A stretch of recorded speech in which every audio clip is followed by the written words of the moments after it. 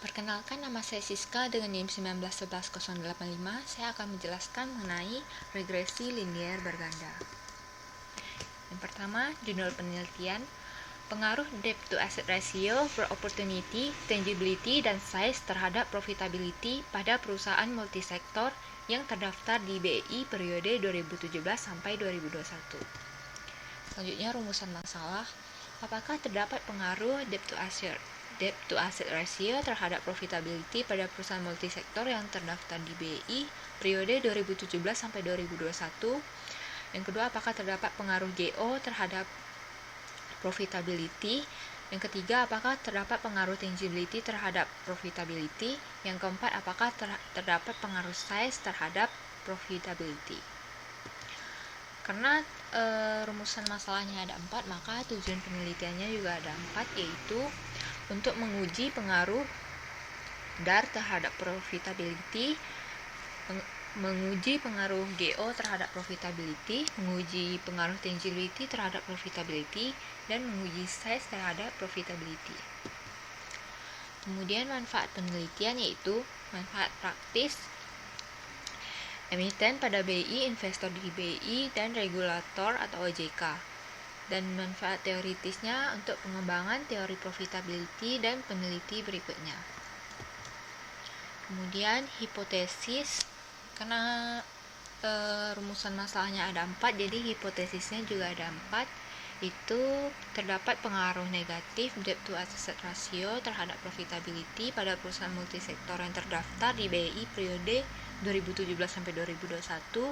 Yang kedua, terdapat pengaruh GO terhadap terdapat pengaruh positif GO terhadap profitability, terdapat pengaruh positif tangibility terhadap profitability, dan terdapat pengaruh positif size terhadap profitability. Berikut adalah model penelitiannya. Ada 4 variabel X, yaitu debt to asset ratio, growth opportunity, tangibility, dan size. Sedangkan variabel Y-nya yaitu profitability. Berikut adalah operasionalisasi variabel, rumus dari profitability atau ROA yaitu net profit dibagi total asset, DAR total liability dibagi total asset, GO yaitu persen dari perubahan net profit, dan tangibility yaitu total asset dibagi total fixed asset dibagi total asset, dan size yaitu ln dari total asset. Dan skala pengukurannya di sini semuanya adalah rasio. Selanjutnya kita menuju ke data yang akan kita olah. Di sini tidak semua data bisa kita gunakan karena beberapa ada yang pada tahun yang akan kita teliti di sini ada yang tidak ada yang sudah delisting dan ada yang suspensi atau belum melaporkan annual reportnya ke BI atau IDX. Jadi di sini kita tandai dulu yang mana yang tidak bisa kita pakai. Kita tandai warna merah. Ini tidak bisa dipakai.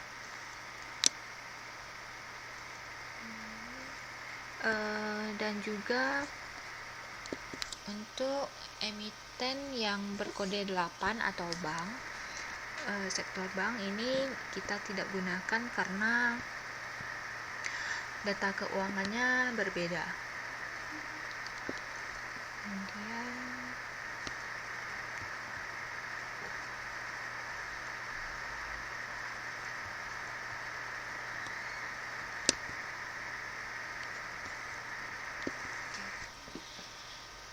setelah kita tandai data yang akan kita gunakan, kita hapus saja data yang tidak akan kita gunakan ini.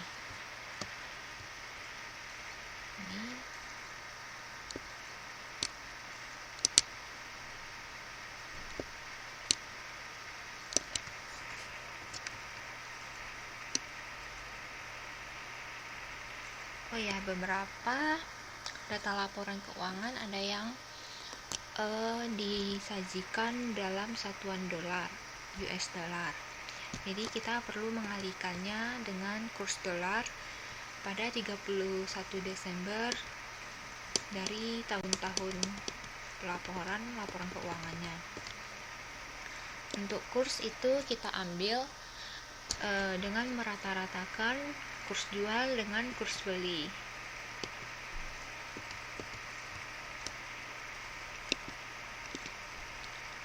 Di sini kita harus pastikan kalau semuanya disajikan dalam rupiah. Di sini sudah saya rapikan. Dari data-data tadi tersisa 7 emiten yang datanya bisa kita pakai. Selanjutnya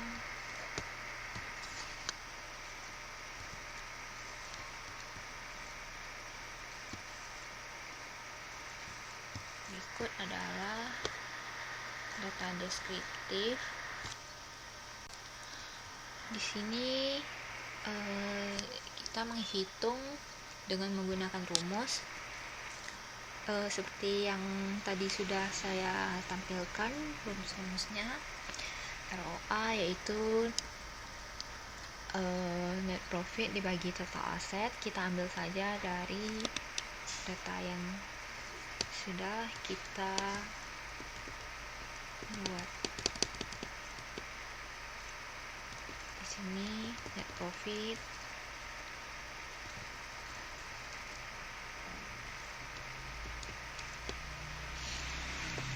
dibagi total aset.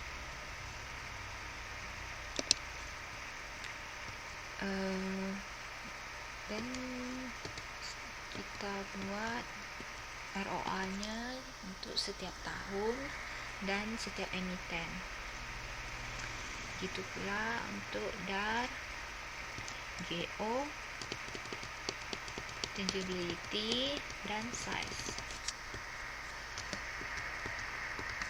Kemudian karena pada data ini rasionya masih dalam bentuk rumus seperti yang di atas ini, jadi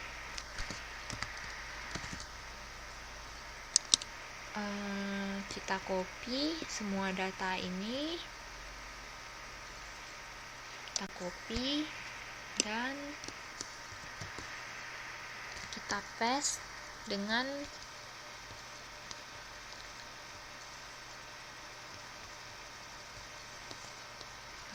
saya ulangi, kita copy, kemudian di sini kita gunakan test value.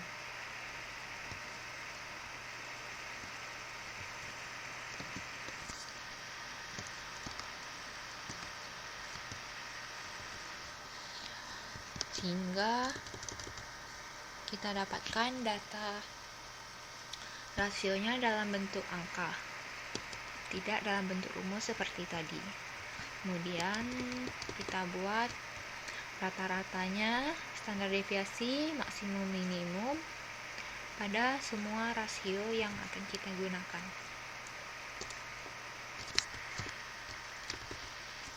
Kemudian jika sudah, kita rangkum semua variabel tadi ke dalam satu variabel.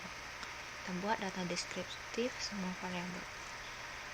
Berarti kita pindahkan saja dari sini ROA-nya ke sini dan DAR.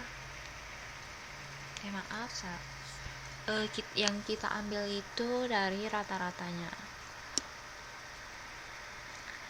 ROA kita input ke sini, DAR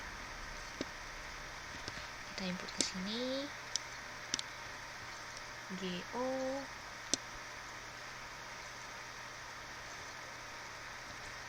dan begitu juga dengan tangibility dan size.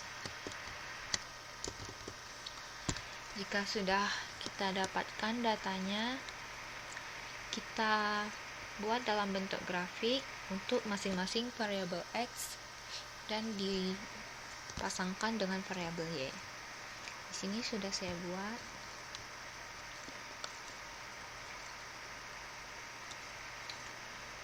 Di sini ada dar terhadap ROA, GO terhadap ROA,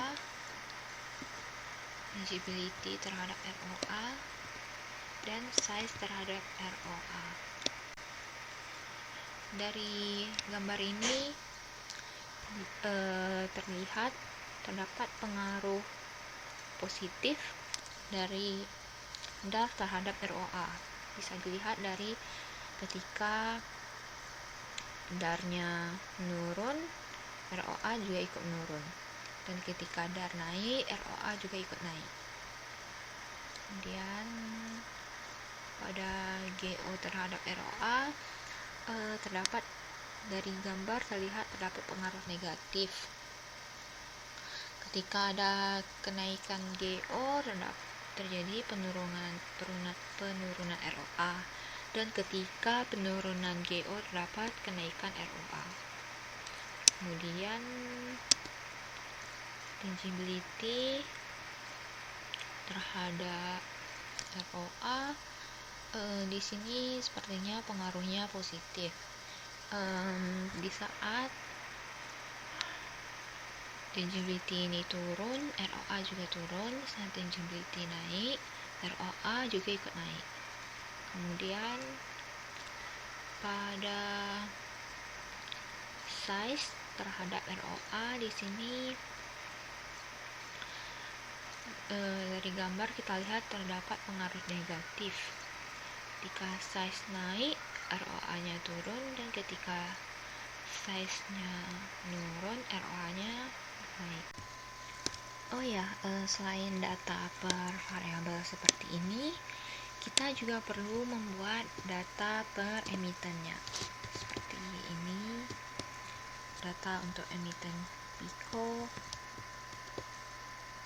PJAA, PKPK, PLIN, PNSE, POLI, dan PORT.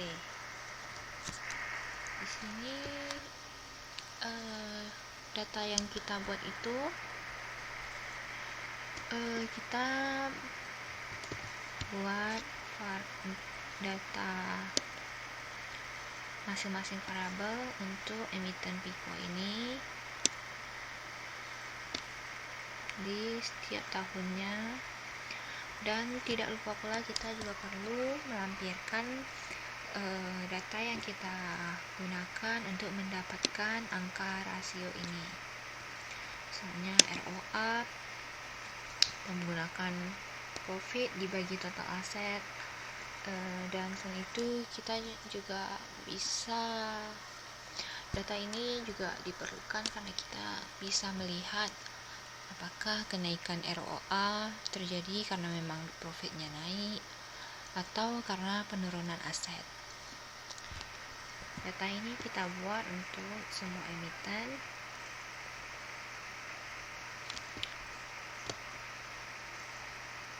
Setelah sudah terlampirkan semua, kita buat data yang akan kita gunakan di SPSS.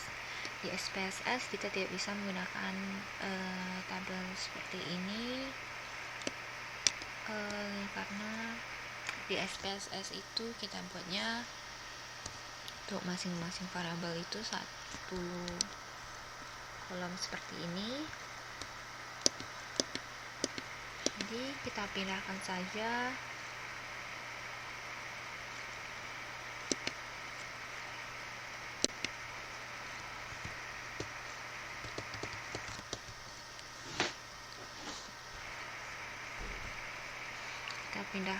data dari, misalnya untuk DAR kita masukkan dulu tahun 2017,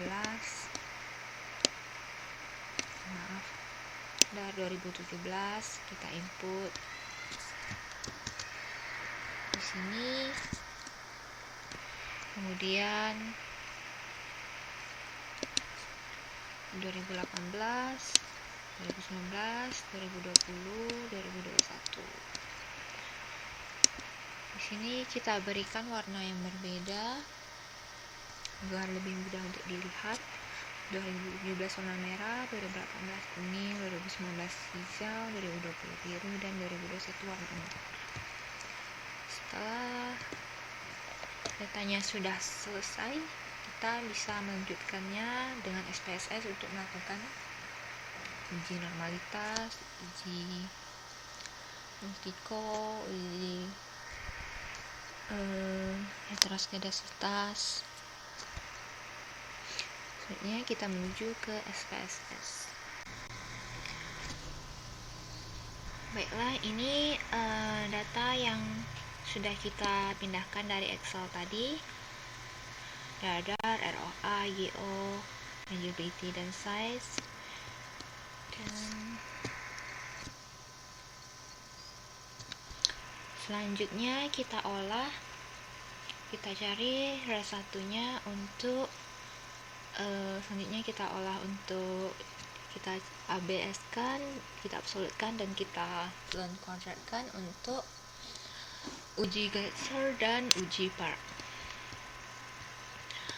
Untuk res 1 ini kita cari caranya yaitu analyze, regression, linear, kemudian masukkan dependennya ROA, dan independennya variabel X-nya yaitu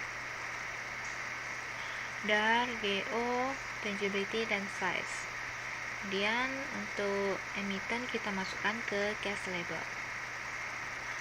Selanjutnya untuk statistik kita checklist ini descriptive, part, preliminary diagnosis, kemudian Darwin-Wilson dan case wise, dan L cases, continue, kemudian plots. Untuk X kita masukkan Z-rate, dan untuk Y kita masukkan S-receipt. Dan checklist histogram normal, continue. Kemudian untuk save kita checklist unstandardized, continue.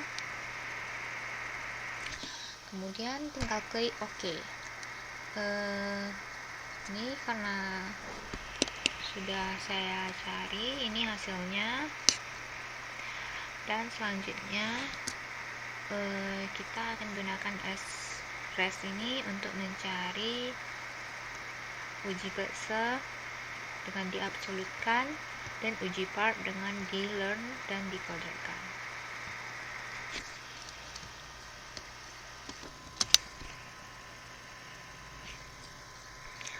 Selanjutnya untuk absolute res Y itu kita buat dengan klik transform, compute variable. Ini yang tadi saya buat. Pilih arithmetic, ABS, klik cepat 2 kali, kemudian klik unstandardized residual res 1. Kemudian tinggal klik OK.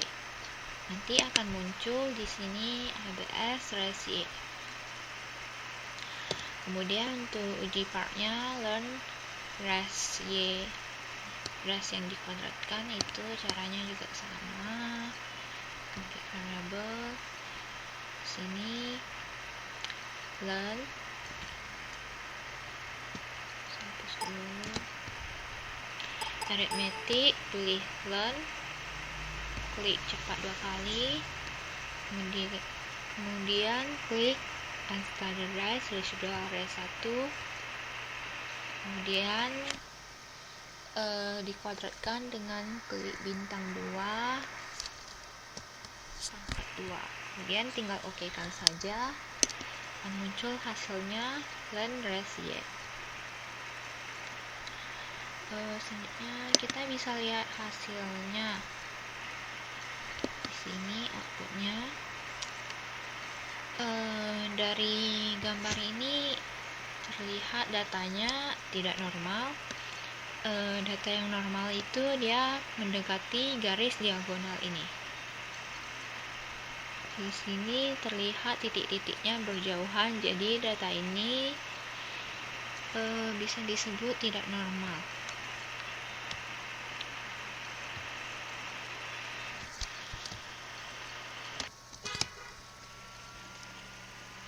Oke, walaupun dari sini kita lihat datanya tidak normal, kita pastikan lagi ya.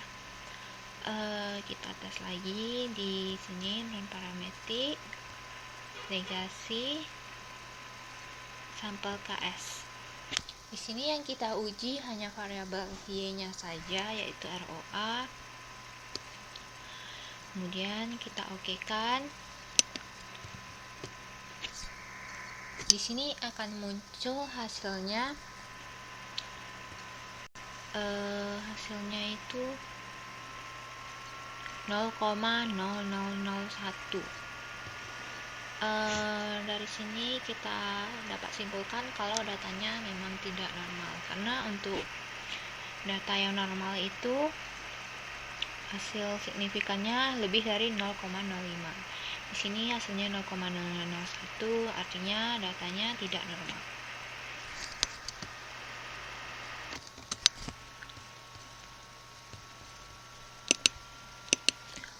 Selanjutnya untuk autokorelasi kita gunakan run test. Caranya di sini analyze, non parametrik, legasi, run. Kemudian di sini yang kita masukkan hanya unstandardized dan OK.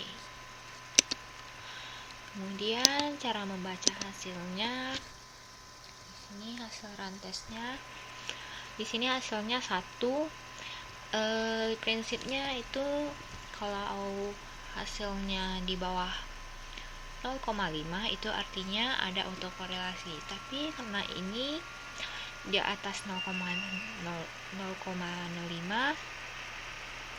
maka artinya tidak ada autokorelasi. Oke, untuk uji heteroskedastisitas kita akan gunakan uji Glasser dan uji Park. Di sini kita akan pakai, coba uji Glasser dulu. Regression linear. Di sini dependennya kita ganti dengan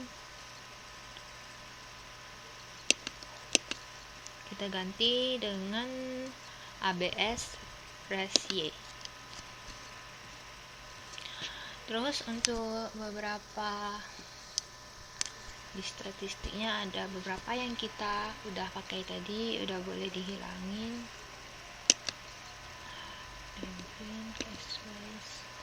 Continue, plots, S-resid sama Z-plot udah bisa dihilangin. Histogram normal, dan untuk save-nya unstandardized udah boleh dihilangin. Continue, dan yang di sini ada S-resid. Terus klik OK.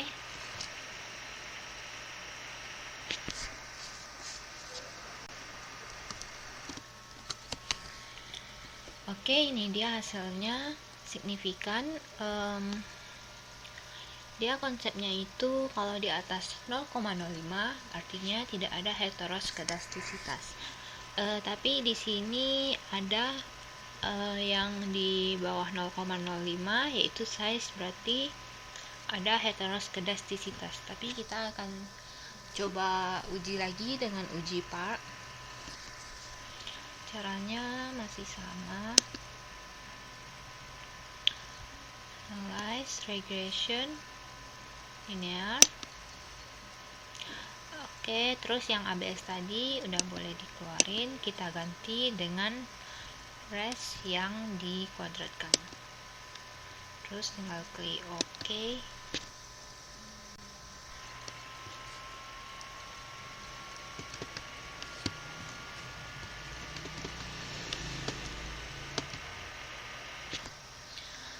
Oke, di sini udah muncul hasilnya.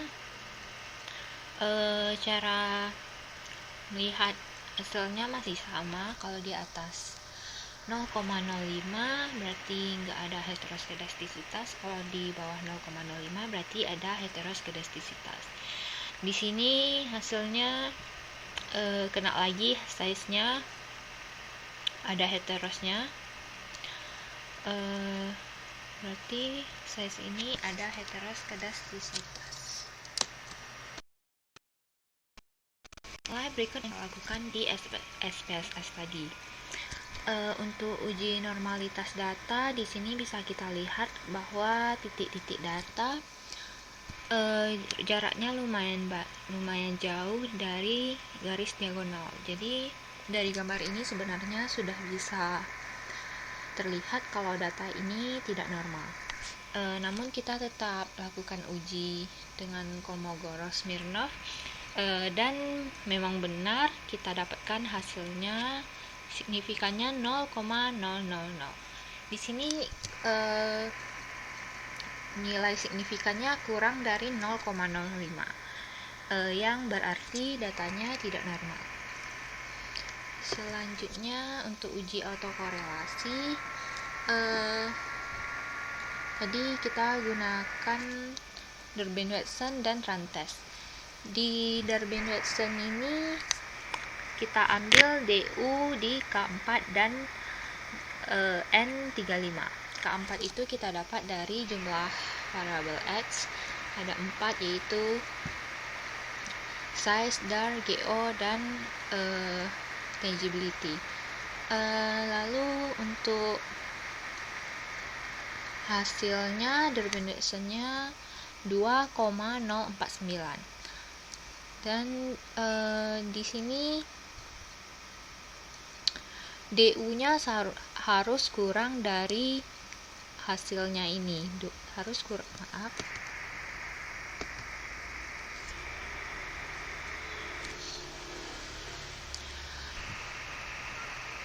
DU-nya 1,7259 kurang dari 2,049 kurang dari 4 dikurangi 1,7259, yang dimana di sini tidak ada autokorelasi karena tidak ada perubahan tanda, maka dari sini kita simpulkan tidak ada autokorelasi. Dan kemudian dari Rantes juga kita dapatkan hasilnya signifikannya 1, dimana ini lebih dari 0,05 sehingga tidak ada autokorelasi. Kemudian untuk uji multikolinearitas, di sini yang kita lihat adalah angka VIF-nya. Jika VIF kurang dari 10 maka tidak ada multikolinearitas. Di sini kita bisa lihat angka VIF-nya 1,051, 1,066, 1,342, 1,389. Berarti keempat variabel yang kita gunakan ini tidak ada multikolinearitas. Selanjutnya untuk uji heteroskedastisitas, tadi kita gunakan dua uji, yaitu uji Gleitzer dan uji Park. Namun sebelum itu kita juga bisa lihat dari scatter plot ini kita bisa lihat kalau datanya itu tidak menyebar, dan jaraknya lumayan rapat ya. Berarti kalau dari gambar ini sebenarnya sudah bisa terlihat kalau datanya ini berkemungkinan ada heteroskedastisitas. Namun kita tetap uji lagi dengan uji Gleitzer dan uji Park. Pada uji Gleitzer ini untuk mengambil kesimpulan, yang kita lihat dari hasil uji ini adalah nilai signifikannya. Untuk nilai signifikan di bawah 0,05 itu artinya ada heteros. Jika di atas 0,05 berarti tidak ada heteroskedastisitas. Dari uji Gleitzer ini bisa kita lihat hasilnya untuk dar, GO, dan tangibility itu di atas 0,05 artinya tidak ada heteros. Namun untuk variable size di sini hasilnya 0,03 yang artinya ada heteroskedastisitas. Dan selanjutnya kita uji lagi dengan uji Park dengan konsep yang masih sama. Di atas 0,05 itu tidak ada heteros, dan di bawah 0,05 ada heteros. Dan dari hasil uji Park ini kita lihat ternyata pada variable size ini juga terdapat heteroskedastisitas. Karena ada heteroskedastisitas, variable size ini sebaiknya tidak digunakan. Dan berikut adalah summary dari hasil uji asumsi. Dari uji normalitas, datanya tidak normal. Uji autokorelasi, tidak ada autokorelasi. Dan uji multikolinearitas itu tidak ada multiko. Dan uji heteroskedastisitas pada uji Glasser itu ada heteros pada variable size, dan uji heteroskedastisitas dengan uji Park itu ada heteros pada variable size. Karena variable size ini ada heteros, jadi sebaiknya variabel ini dihapus dan diuji kembali. Baiklah, sekian penjelasan dari saya. Semoga bermanfaat. Terima kasih.